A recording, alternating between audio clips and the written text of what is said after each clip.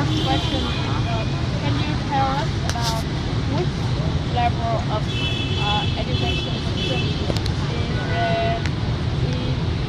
do the country have? Which level of education? Yes. Can you repeat the question once more? How many levels? How many levels? Yes. The level of education is mean that from 6 years old up to kindergarten, primary school. Right. Right. How many grades? How many levels? Where? So you can go to preschool, which is before grade 1. So that's age 4, age 4 to 6. It's very similar actually. It's very similar to Vietnam. And then you go to grade 1 in elementary school, grade 1, and you can do one of two things. Okay, so you can go to grade 1 up until grade 8 in one school, right? It's called elementary school. Or you can go grade 1 to grade 6, and then you switch to middle school.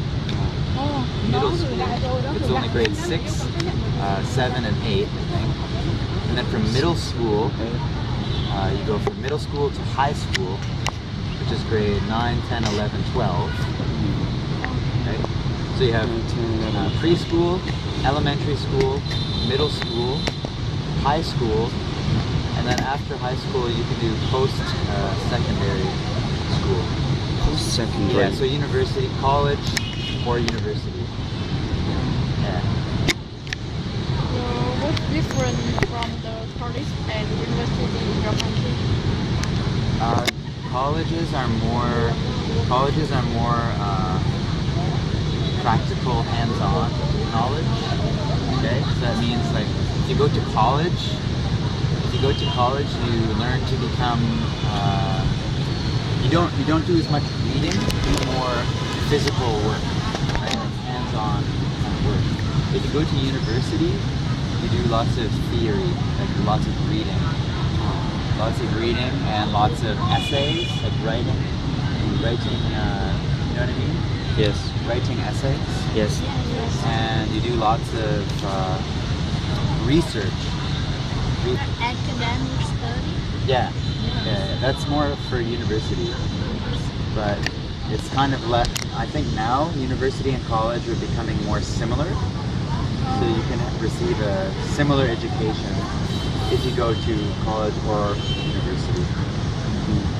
So there's not that much of a difference. Not that much of a difference. Or is the same in Vietnam? Yeah. What type of students the school? What type of school in your country?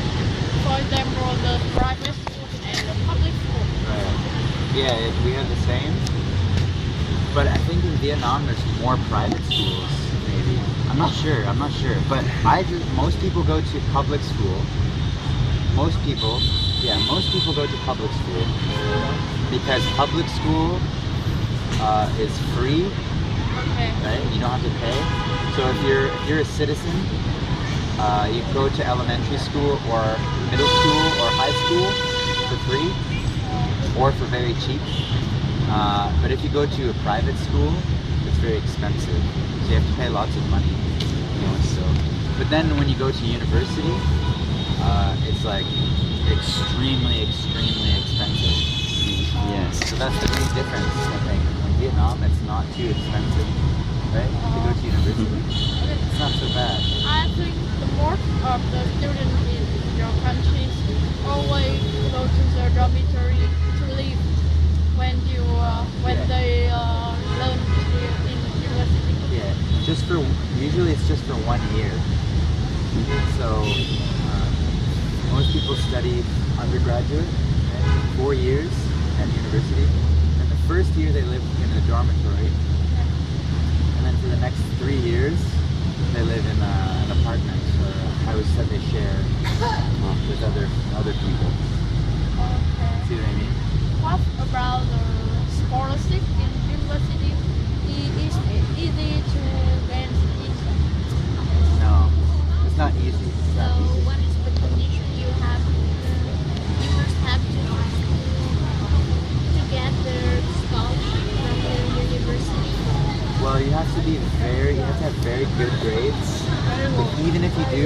sometimes you don't get it because pretty much everybody who's not very wealthy, who's not very rich, they have to apply for scholarships, right?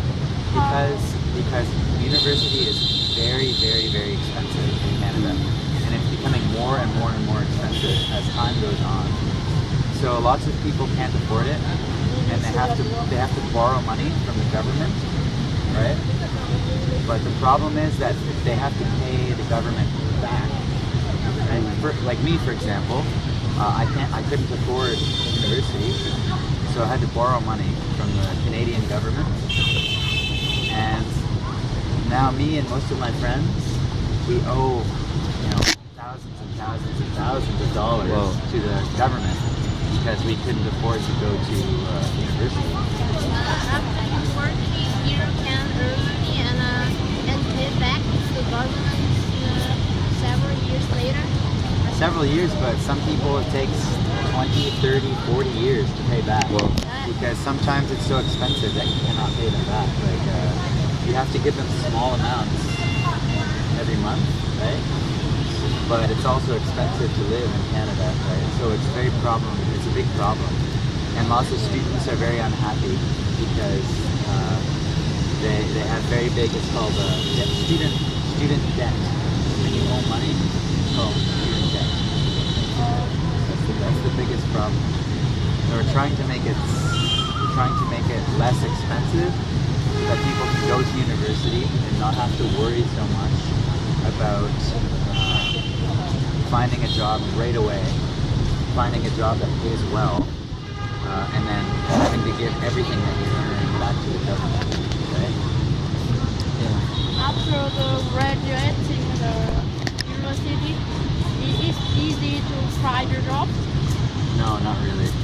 You can find a job, but many people, it takes a long time to find a job that they like, and B, that they studied in university, right? So lots of my friends, they graduate from university, and then they have to do this job that's unrelated to what they studied, just so that they can work, right? So it's very difficult.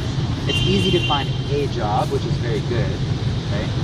But it's not easy to find a good job. It takes a lot of searching. It takes a long time. So you have to be very flexible. It's really hard to find a job that related to your study in your university. Yeah. And in Vietnam, we call it the job find you, not you find job. Yeah. Yes. Do you think that happens in Vietnam? Yes, it's more common in Vietnam now. And although you study really hard in your university, you can find a good job or suitable job that you have learned in your university. Yeah. Because there's still lots of people in Vietnam who have trouble finding work. Because there's so many people. Yes. So many people and not enough jobs. It's difficult. But yeah, I know. I know what to do. Okay, thank you so much for giving me information. Cool, thank you.